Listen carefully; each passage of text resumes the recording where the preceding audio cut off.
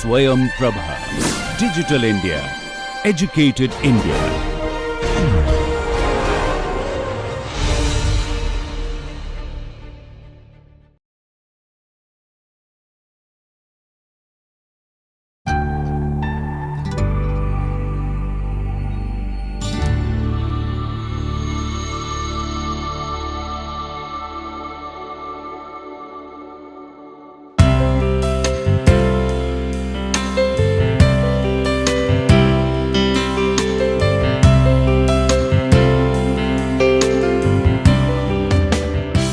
Welcome to the course Culturally Responsive Built Environments. Today we are going to discuss about the continuation part of social change in India. So in the earlier lecture we have discussed about the Sanskritization component, what Professor M.N. Srinivas have talked about, and especially with his observation from the Cooks community, and how it also talks about how the caste system has been derived and how it has evolved in both as a theoretical framework and as well as in the reality. So in fact today we will be talking about the Westernization aspect of it. So how the Western influences have brought cultural changes in Indian subcontinent. So in our last lecture we actually stopped about how, because starting from Indus Valley civilization, we were discussing about how the society is being framed and has been gradually getting a form, by its social institution, by its hierarchy of caste and how they were functioning. So from a Varna system to the Jati system, and then so how the institutions like marriage, all these things have come up, and which is actually framing a foundation for the society. And during the Gupta period, that is where, from the architectural perspective, that is where one can see a form of an idealization of the society, that is where the temple architecture starts. And in fact, which is also referred as a kind of golden age, because many inventions like, some of the pi and the mathematical equations, and as well as you have some of the inventions, and also it talks about the barter systems, and it also talks about the revival of Sanskrit. How, because especially this is the phase where certain Sanskrit, the original, which was because most of the literature was being described in the Pali or Prakruti, and then how the originality of the Sanskrit, so that is where has been gradually, I would say, a kind of dilution which was happening. So that is where this was the time there was the emperors, they took back into the revival of how we can revive the Sanskrit and how we can protect our traditions.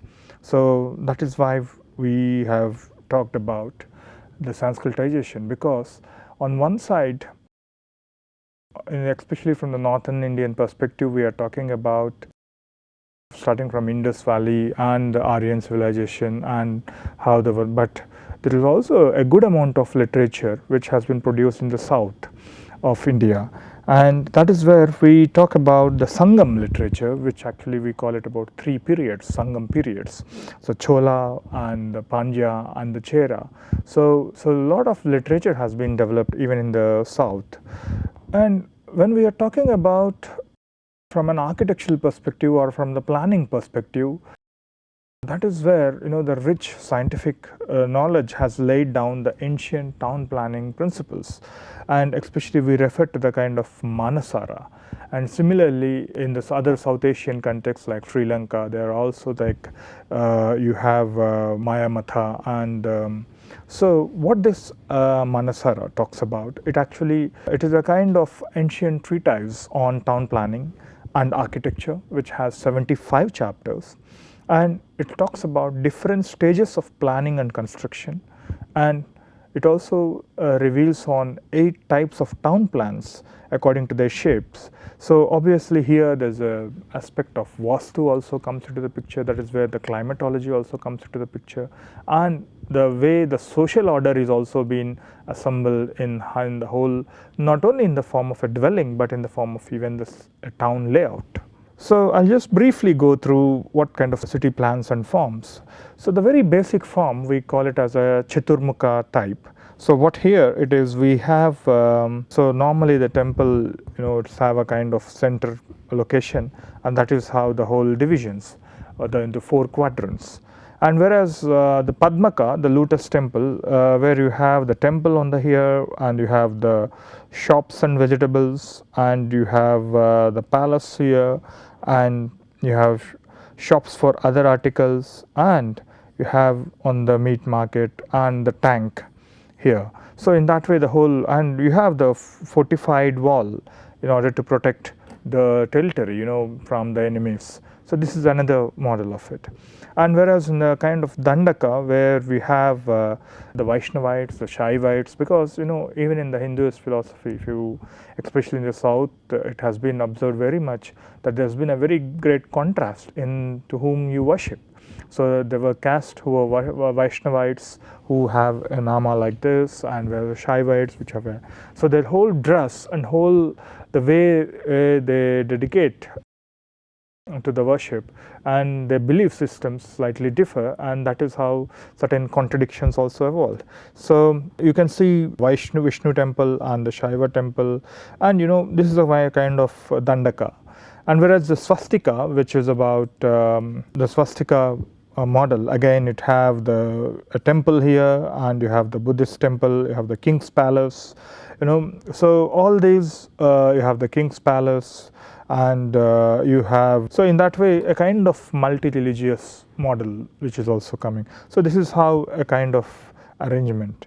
And there's another option which we talk about, is again here the Prastara, which is a conch type, which have a central temple, and it also talks about the Vaij, which is also the hospital. And then again, if you look at the size of for a very rich, and again this is again rich, and whereas you have the middle class, and you have about poor class. So even just by the size, they segregated with the economic status also have been a factor of this segregation, the spatial segregation.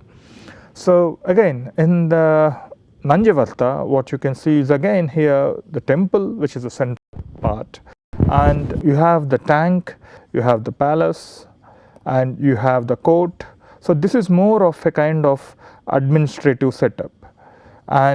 But here if you look at it, very close to it is the Brahmin quarters, and then you have the school, the educational aspect of it, and you have the hospital, you have the theater, which is a social aspect of it, you have the residence of artists, which is almost on the periphery. So the priority was given even here, the Brahmins are close to the god, and you have the quarters for other caste, and the hunters and fishermen, which is more to do with the meat. So again this one is Karmuka, which is bow. So the similar models of it, you have the temple here, and you have the college, so education, and that is how the moat around the city which protects from the enemies. And this is again a Sarvotabhadra type, which is a quadrangular type. So one of the important reference which I would like to bring to you is especially if you are looking from a sociology or an anthropological perspective, it talks much more of these principles and the caste orders, the social orders, the historical aspects.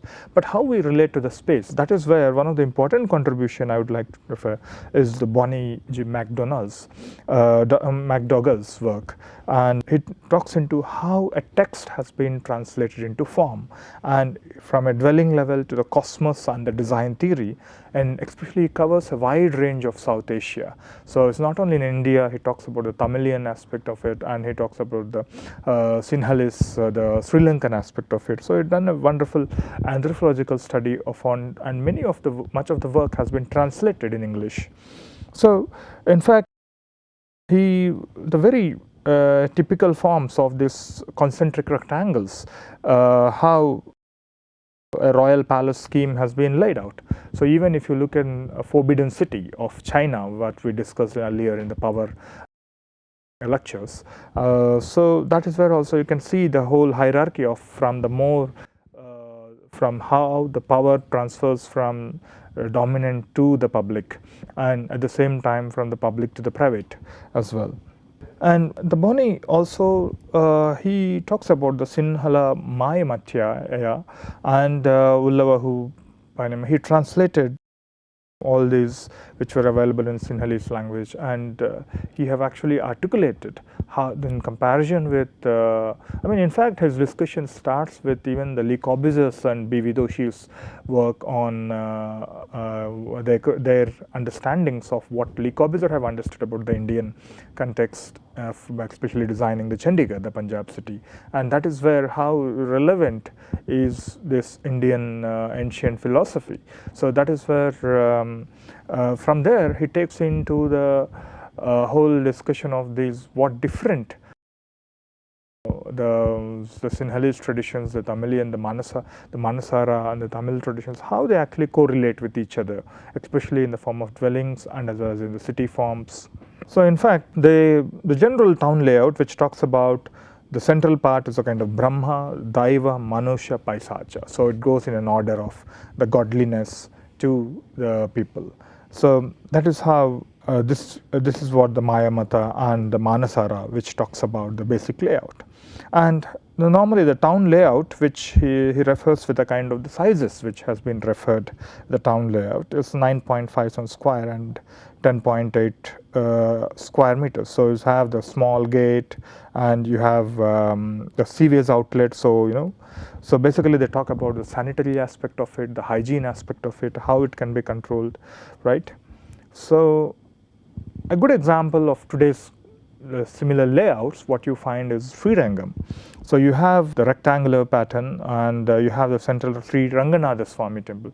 In fact, we did a study with our students from School of Planning and Architecture Bhopal, the 2008 batch, and they documented the whole transforming temple streets, which has been published in IIT Berkeley as well. So the central, most of the Brahmin community live nearby temple, and then they have these fortifications from each segment, and there's a high walls, and each layer has predominantly occupied by different occupations. For instance, in the second layer, I have found mostly of this kind of goldsmiths and then if you go further down, that's where you see the potters. So basically the wealth, it also kind of symbolizing the wealth process. But in today's context, it is reversing, because much of these younger generations of potters' sons or the any blacksmiths or the goldsmiths' sons, how they have become educated and how they're qualified enough to do some other jobs rather than. And now, whereas the people who completely resided in the spiritual occupations, obviously they are sustaining with a kind of meager income. So it's the whole process is reversing because of various educational institutions coming in and various alternative livelihoods people are choosing. So there's a whole set of transformation, and which is clearly seen in the impact on the built forms. Earlier the bigger houses have been breaking into the smaller partitions and smaller houses, and in some other cases the new modern materials and modern technologies coming and irrelevant of what is existing. So they're completely transforming this whole area. And the other thing you can see, what one could actually notice is the whole transformation. Earlier it was more of a religious based, but now it is now becoming a kind of tourism based. So transformation from a religion orientation to the tourism orientation. And when we talk about the medieval city of Jaipur, again it talks about the mandalas and how Ekapada, Dvipada, and how these mandalas have been incorporated in the planning of Jaipur. And so from till now we have talked about various traditional knowledge behind planning the cities, towns, and as well as even the dwellings, how different it has portrayed, it has directed to define certain forms, and how the social orders also has been accommodated. But when we talk about the Westernization, especially from the work of Professor M.N. Srinivas, and that is where he refers not only from the colonization aspect, but he also referred with from the Islamic and even starting from Delhi Sultanates and to the recent Mughals. So from 11th, 12th century onwards, there has been invasions in Indian subcontinent from the west, and in fact, if we talk about before Mughals, we talk about the Delhi Sultanate's work. So, for example, we are talking about 12th century to 15th century, and here about 300 years. There's 5 dynasties which have ruled Delhi. One is the Slave dynasty, and the Khilji dynasty, and the Tughlaq dynasty, and the Sayyid dynasty, and the Lodi dynasty. So, in fact, if you look at how the fusion of the existing cultures and the foreign cultures have been merged, this was this very transferring phase of Indian society. In fact, if you look at the very brief history of Qutub complex, what you can see is there's a whole Qutub complex which is built in time, which has evolved in time. For instance, in 736 AD, the Tomar king Anandpal found the fort Lal Kot. It's called Lal is red, and later in 1180, the Chauhan Rajput kings conquered the Lal Kot and extended and renamed as Kila Rai Pitora. And then in 1192, later the Sultan of Afghanistan, and he attacked the Indian subcontinent twice and captured the Delhi in his second attempt, defeating Prithviraj Chauhan. And that is how, as he was not having any heirs, so he treated his Turkish slaves as his sons, and one of his favorite slave, Kutubuddin Aibak, has been given an in charge of Indian land. So that is how the Aibak has declared himself as Sultan in 12th century, that is started the slave dynasty. So in Kutubuddin Aibak, where he talks about started the foundation of mosque, Quwwatul Islam, and planned the tower to celebrate the victory of Islam. So the whole process of Qutub Minar and the tower, it gone in stages, and it has been developed in stages, and this has been developed to celebrate the victory of Islam. So, and that is how then later on it has been followed by his followers, Shamsuddin, Iltutmish, and then he extended and doubled the size of mosque and embracing the Qutub Minar within it. So he added, later on he added 3 more stories to the Minar, and the arches of the screens have a proficient Islamic craftsmanship and inscriptions. So what you can see here is a combination of both the Hindu traditions and as well as the Islamic traditions. For instance, if you see the ancient iron pillar, it's referred to almost the 3rd century. This, they say it's referred to some king called Chandra. Probably it could be Chandragupta. So time. So they still made it as an iron pillar of those days, and in the courtyard of Quwwatul Islam Mosque, so which you will find here. And again you have the Alai Darwaja as well here, and here which has the motifs of, you can see a blend of Hindu symbolic motifs, and as well as, because the inspirations from the local culture and as well as the nature, and how they blend it with the kind of their Islamic belonging. So this is very interesting, the Alai Darwaja, and then you have the mosque and how they extended it.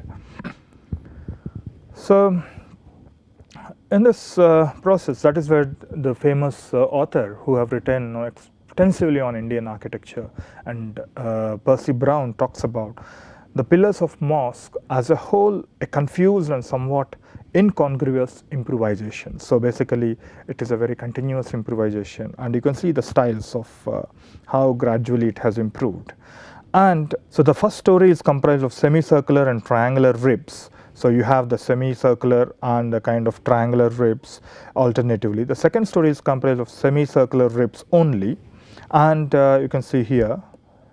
And the third story is only the triangular only. So the kind of blend, and again you can see the Brahmical motifs like the Khalsa and lotuses on the pillars, and you can see some of the intrinsic Hindu architectural motifs. So there's a blend of architectural styles. One is addressing the locale, and then it is what you know, what you have brought, and what you know already. So this is an important aspect. So in this phase of it, there's been obviously the Mughals has followed upon it, and especially a lot of conversions have started taking place. And in that process of conversion, certain institutional setups were made in order to propagate their Islamic religious aspects, and then when we from here we are talking about the colonization, because you see, British was not the first one to come to India. Before that, you see, it starts from Portuguese from the 14th century, and you have the Dutch, and then the French, the British colony, which is much more recent. So I'll just show you a few maps of, in fact, from the end of 14th century. So that is where the Kasada, India, and because there was no direct link in the sea routes, so they used to handle the trade only to Africa by the Muslim merchants. But after the discovery of direct sea route, the spice trade, because of the spice trade, so they tried to stop over, and then they finally used to reach. And this has become a very new and important activity of the Royal Trading House. And again, the Portuguese East India Company, it was a very short-lived and ill-fated attempt by Philip III of Portugal to create a national chartered company to look after interest of Portuguese India. That is where we see, even today we have the Goa, and there's various small colonies, even and whatever the built forms they have constructed, even they do exist even today. And the Dutch, which followed upon the Portuguese, though they don't have a complete authoritative rule in the Indian subcontinent, but still they have a kind of, they used to use a kind of geographical definitions. So for instance, they talk about the Dutch India was divided into small governments, Dutch Ceylon, Dutch Coromandel, and Commandment Dutch Malabar when you talk about the Kerala side of it, and where you have the Coromandel side of it, the Coromandel coast, that is where, and we have the Malabar, and you have the Dutch Bengal, and you have the Dutch Surat, and you have Dutch Myanmar, so there's various small governorates which they have established. And the Danish India, and see, by that time in about 16th, 17th century, you see a lot of colonial influences have started emerging in India.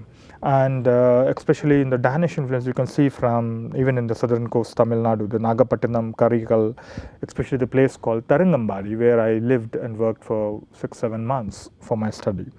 And you can see that how these Danish influences also, and at the same time, if you look at the whole coast, especially in the southern coast, the French as in do exist in Pondicherry, and then if you go just 3 hours down, you'll see the Tranquebar, which is a Danish colony, and like that you see the Karaikal. Again, there's a blend of different colonial influences. And what they did was they also, apart from the trade, they also started certain administrative setups, and they also started some kind of, they established their forts and their governor bungalows, and as well as they established some schools as well.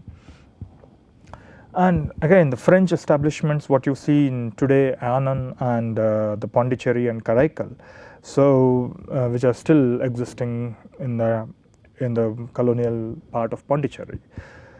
So that is where the British have entered little late, about 16th, as a East India. They entered as a East India Company, and especially for the trade of basic commodities like cotton, silk, and indigo dye, salt, tea, and opium. This is the kind of India in 1700s. If you see English, or especially in Kolkata and in the Bombay, very small parts of it.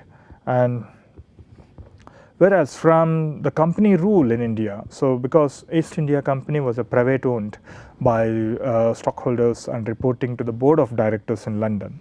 So this formed as a monopoly on trade, and it gradually took on governmental powers with its own army and judiciary. So gradually they started interacting with the local kings, and they started selling the ammunitions and the gunpowder, and that is how gradually they had got a control of various parts of kingdoms. And the company rule have lasted till 1858, especially with the revolt of 1857, which is one of the important landmark. And this was abolished, and with the Government of India Act 1858, so the British government assumed the task of directly administering India in the new British Raj. So the British Raj starts from 1858 to 1947 until the independence. So this is how you can see the maps of how various places has been under the control of British Raj. So you have the British territory, and you have the Hindu territory, and you have the Mohammedan territory, and how gradually it has taken over. And at that point of time, before the partition, of course, Pakistan is a part of Indian continent, and what they did was they did establish in order to develop the trade and in order to develop, because they understood the underlying realities of the Indian communities and the caste systems, and also the vulnerabilities, like for example the sati system and some of some of the inhumane systems which we were following, and that is how they tried to bring the universal understanding of humanity, and through the education, and especially with the connecting the infrastructure and network. So education is one of the important resource they have invested in the country, and which has tremendous changes in the whole society. For one of the instance, if you look at it, you see the whole range of railway networks in by 1909, how they planned, even in the place where I am living in the Roorkee. I mean, in fact, we had a small, they started about the canal projects for irrigation purposes, and that is how, in order to do the canal projects, obviously instead of bringing manpower somewhere else, they thought of deciding why not we can train the locals here, why not we set up an education institutions. So that is how today our institution of today's Indian Institute of Technology, once it was a James Thomson's College of Technology, where they started educating the local people, and that is how the human resource has been educated and again deployed in the projects. So this whole process took some time, and education has gradually taken, and at the same time the press was invented, and whatever happens in England, it obviously used to reach here, and the sea trades, and obviously many inventions have happened, industrialization process has started. So if you look at around 1909, how the majority of the Hindus population, and over 80%, you can see that the Hindu population are there, and here you can see a little less, and whereas if you see the majority of Muslim population is more, and again part of other religions like Buddhist, Sikhs and Jains. So this is a kind of religious mapping. And then after the partitions, what you see here is during the British Raj, there are also an unexpected famines, and the Great Famine of 1876 to 1878.